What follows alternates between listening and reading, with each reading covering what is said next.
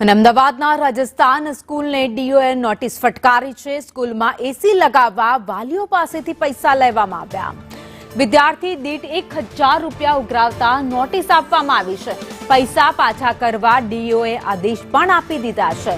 તો અમદાવાદની વધુ એક સ્કૂલ જે વિવાદમાં આવી છે અને ઘટના છે રાજસ્થાન સ્કૂલની, જ્યાં ડીઓએ તેને નોટિસ પણ ફટકારી છે।